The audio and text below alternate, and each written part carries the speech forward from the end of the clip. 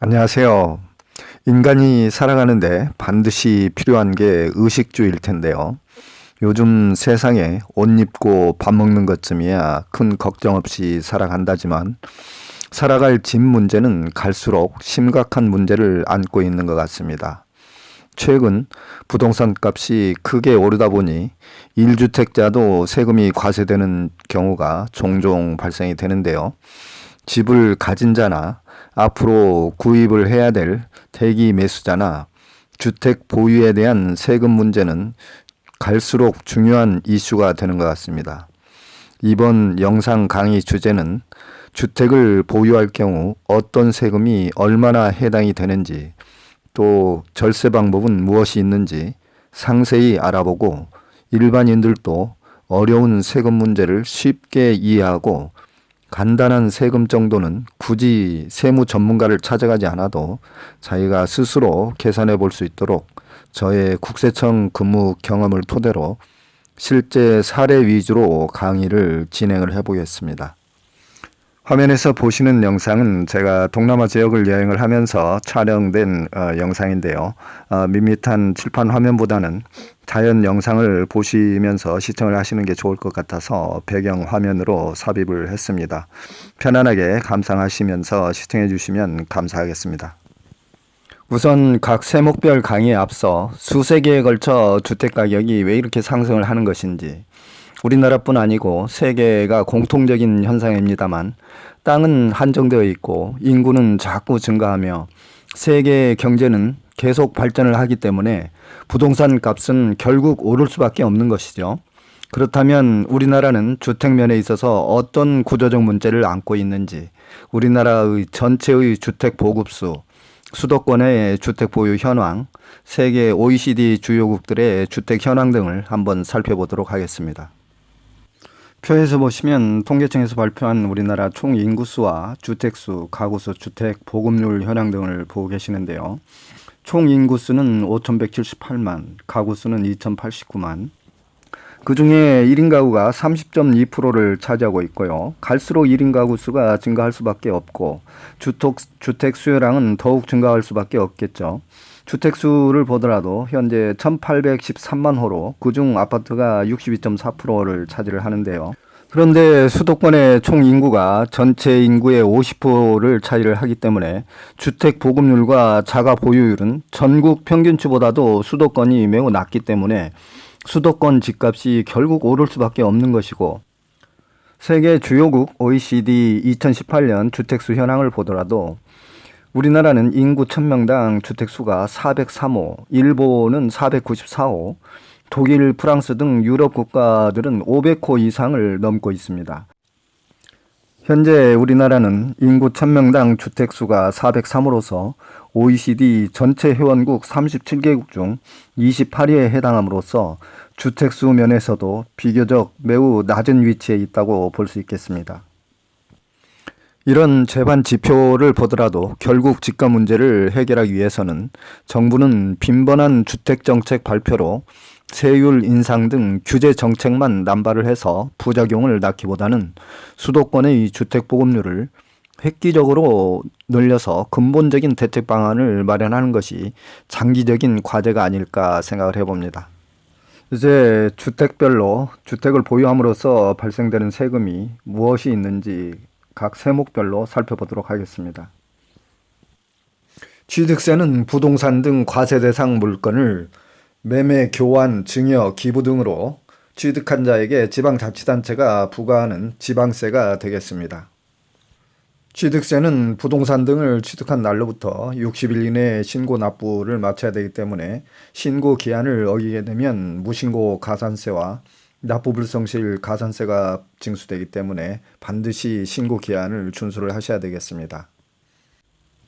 7월 10일 부동산 대책 발표로 표에서 보시는 바와 같이 세율이 2주택자는 8%, 3주택 이상과 법인 취득세율이 12%로 대폭 인상이 되었고, 개정된 취득세율 적용 시기도 각기 다르고 아직 시행 초기라서 법률 시행 경과 규정 등을 두고 시행일 적용 때문에 적지 않은 혼선을 빚고 있다고 합니다.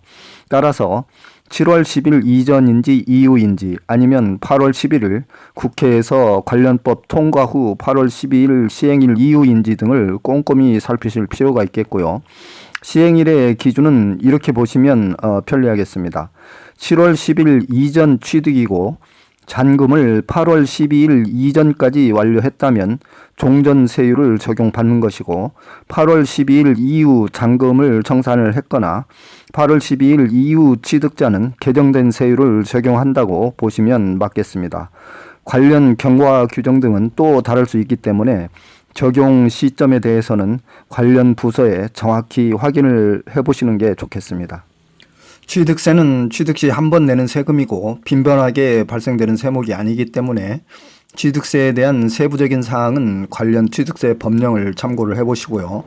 여기에서는 간단히 취득세 절세 방법 몇 가지를 살펴보고 넘어가도록 하겠습니다. 개정된 취득세율을 보시면 2주택자가 8%, 3주택 이상 법인은 12%까지 대폭 인상이 되었습니다. 따라서 취득세에서 가장 중요한 요소는 다주택, 2주택 이상 다주택자와 법인이 주택수 계산에 있어서 어떻게 중과세율 적용을 적게 받을 수 있는지 그것이 매우 중요하다고 할 수 있겠어요.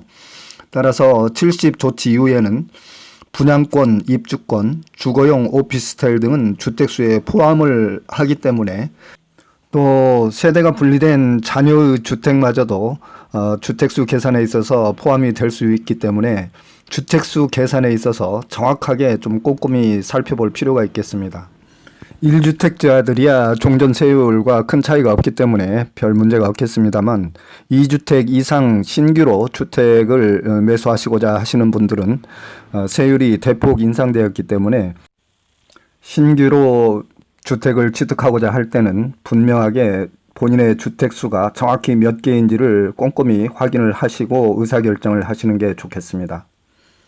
다음으로 취득세를 절세할 수 있는 방법은 해당 부동산이 공공사업으로 인해서 수용이 돼 보상금을 받았거나 기존의 부동산을 대신하는 다른 부동산을 취득을 하셨다면 보상금 지급일로부터 1년 안에 취득한 부동산은 종류에 관계없이 면제가 가능하므로 적극 활용을 해보시고요. 또 한 가지 방법으로는 개인이 임대사업자가 되면 임대주택법에 따라서 취득세를 감면받을 수 있습니다. 따라서 임대주택은 임대주택이 된 날짜를 전후로 해서 60일 내에 주소지 관할 시군 구청 주택과에 방문을 하셔서 임대사업자로 등록을 하시면 절세하는 방법이 있겠습니다.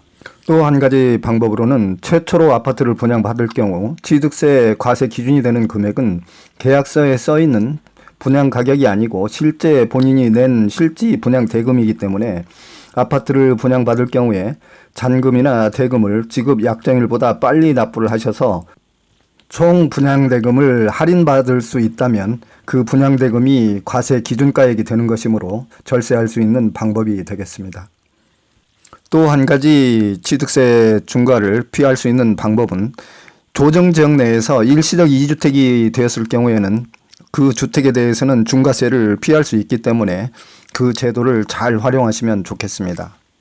여기서 일시적 2주택이라는 것은 1주택을 소유한 세대가 거주지를 이전할 목적으로 신규 주택을 취득을 해서 일시적으로 2주택이 된 경우에는 신규 주택 취득은 중과세를 적용하지 않겠다는 제도입니다.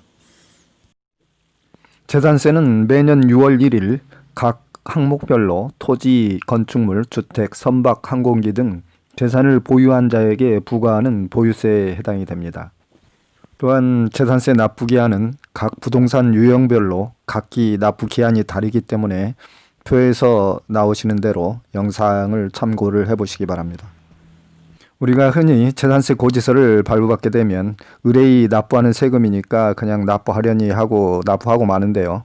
그래도 여러분들이 여기서 가장 궁금해하시는 것은 혹시 재산세에도 절세 방법이 있는지 거기에 대해서 좀 살펴보도록 하겠습니다.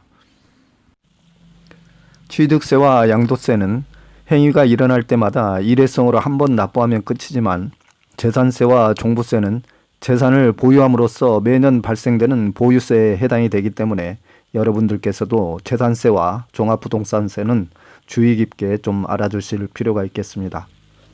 다음에는 재산세 절세 방법에 대해서 좀 살펴보겠는데요. 재산세는 6월 1일을 기준으로 부과된다는 것을 여러분들도 알고 계시기 때문에 가급적이면 부동산을 취득하거나 양도하실 때는 6월 1일 과세 기준 이전 이후에 취득이나 양도를 함으로써 본인에게 유리한 방법을 선택하시면 되겠습니다. 다음으로는 재산세는 지방세이기 때문에 자동이체 신청을 해둔다거나 신용카드 포인트로 재산세를 납부를 할 경우에 절세하는 방법이 있겠습니다. 비록 소액이기는 하지만 자동이체나 신용카드 포인트로 재산세를 납부함으로써 조금이라도 절세할 수 있는 방법이 있겠고요. 다음으로는 주택연금에 가입을 하는 것입니다. 주택을 주택연금으로 가입을 하게 되면 25%의 재산세 절세 효과가 있기 때문에 은퇴 이후 노후 생활자금으로 주택연금에 가입을 하실 분들이라면 기왕이면 빨리 주택연금을 신청하셔서 재산세의 25% 절세 효과를 보시는 것도 좋겠습니다. 다음은 주택을 임대할 경우에 주택임대사업자 등록을 함으로써 감면 혜택을 받을 수 있는 것이고요. 또 오피스텔을 소유한 자라면 본인이 실제 주거용으로 사용을 하거나 오피스텔을 임대를 내줬다면 실질적으로 주거용으로 사용을 하는 경우 주거용으로 등록을 함으로써 업무용 시설의 높은 세율 적용을 피할 수 있는 것이고요. 마지막으로 주택이나 건물도 내진 설계를 갖춘 주택이나 건물은 감면 대상이기 때문에 신축할 계획을 가지고 계신다면 내진 설계를 해보는 것도 좋은 방법일 수 있겠습니다. 다음은 종합부동산세에 대해서 좀 알아보도록 하겠습니다. 종합부동산세는 세율이 매우 높고 정부 부동산 대책 또한 다주택자의 보유세인 종합부동산세를 더욱 강화하는 방향으로 규제를 가하고 있기 때문에 종부세에 대해서는 좀 깊이 있게 알아두시는 게 좋겠습니다. 종합부동산세란 매년 6월 1일 현재 보유한 과세 유형별 부동산 공시가격의 합계액이 일정한 공제금액을 초과하는 재산세 납세 의무자의 주택 및 토지를 유형별로 구분하여 인별로 합산 과세하는 국세입니다. 종합부동산세의 과세 대상을 살펴보면 1차적으로 재산세 납세 의무자가 해당이 되는 것인데요. 과세 대상의 부동산은 주택과 토지로서 모든 주택과 토지를 부과 대상으로 하지 않고 일정 기준을 넘는 주택과 토지에만 과세를 하겠다는 취지이므로 과세 기준 범위를 각 유형별로 정한 것입니다. 과세 기준의 범위를 유형별로 좀 살펴보면 주택은 주택 부수 토지까지 포함한 6억까지, 1세대에는 9억까지 공제한 초과액을 과세를 하는 것이고 토지는 두 가지 유형으로 분류를 해서 종합합산 토지와 별도 합산 토지로 구분이 되는데요. 종합합산 토지는 나대지와 잡종지 등 유유 토지를 말하는 것이고 5억을 초과하는 토지를 과세를 하게 돼 있으며 별도 합산 토지란 상가, 사무실 등 부속 토지를 말하는 것인데 이때는 80억 원 초과 토지를 과세를 하는 것입니다.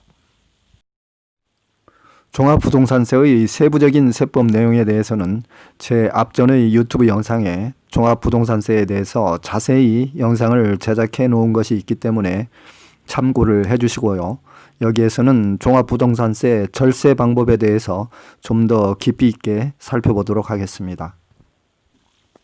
다음은 현행 세법 하에서 부동산 세금 비중이 가장 큰 종부세와 양도세를 어떻게 효과적으로 줄이는 방법이 있는지 알아보도록 하겠습니다.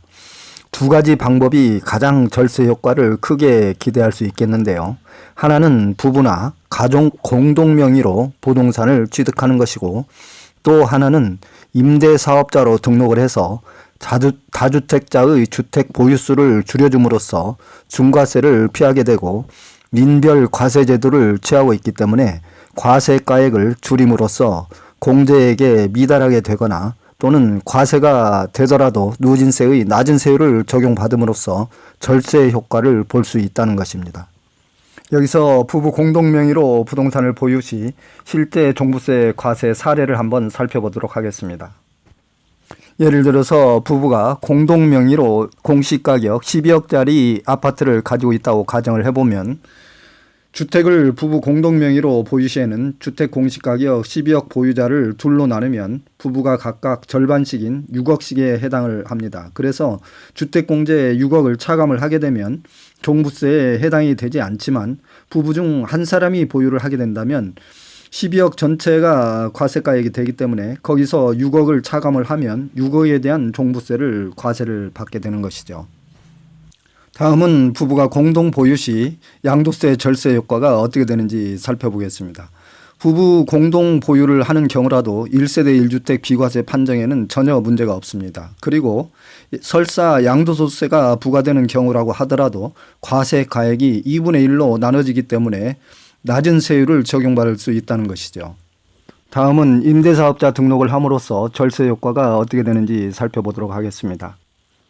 종부세에서는 임대사업자 등록 주택에 대해서는 과세 대상에서 제외되도록 하고 있으며 양도소득세에서도 주택 보유수에서 제외되기 때문에 중과세를 적용받지 않는다는 것이죠.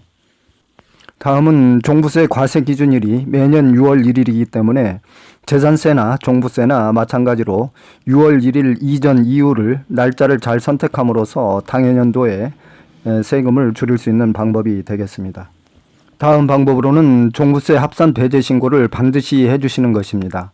임대주택, 사원용 주택, 주택건설 사업용지 등은 매년 9월 30일까지 배제 신고를 관할 세무서나 인터넷 홈택스에 꼭 신고를 해주셔야 된다는 걸 기억해 주시기 바랍니다. 다음으로 부동산의 일부를 부부나 자녀에게 부분 증여하는 방법이 있겠는데요. 부부는 증여 공제가 6억까지, 자녀는 5천만 원까지 세금이 없기 때문에 지금이라도 부동산의 일부를 부분 증여를 하신다면 종부세는 인별 과세 제도를 택하고 있기 때문에 세금이 대폭 감소되는 효과를 얻을 수 있겠습니다. 이상으로 부동산 세금 전반에 대해서 살펴보았는데요. 기타 양도세와 상속증여세는 다음 영상에서 강의를 하도록 하겠습니다. 정부는 부동산 보유세인 종부세와 재산세를 부동산값 추가 상승 시 더욱 강도 높게 강화를 해 나갈 것이기 때문에 여러분들께서는 앞으로 부동산 구입 또는 부동산 투자 대상 등을 판단을 하실 때 부동산 관련 세법에 대해서 보다 더 면밀한 검토 후에 신중하게 결정을 하셔야 될 것 같습니다. 이상으로 강의를 마치고요. 앞으로도 계속 저희 산울TV 관심과 애정으로 시청해 주시기를 부탁드리며 여러분들 하시는 일과 가정에 평안과 건강, 행복하시기를 기원드립니다. 산울이었습니다.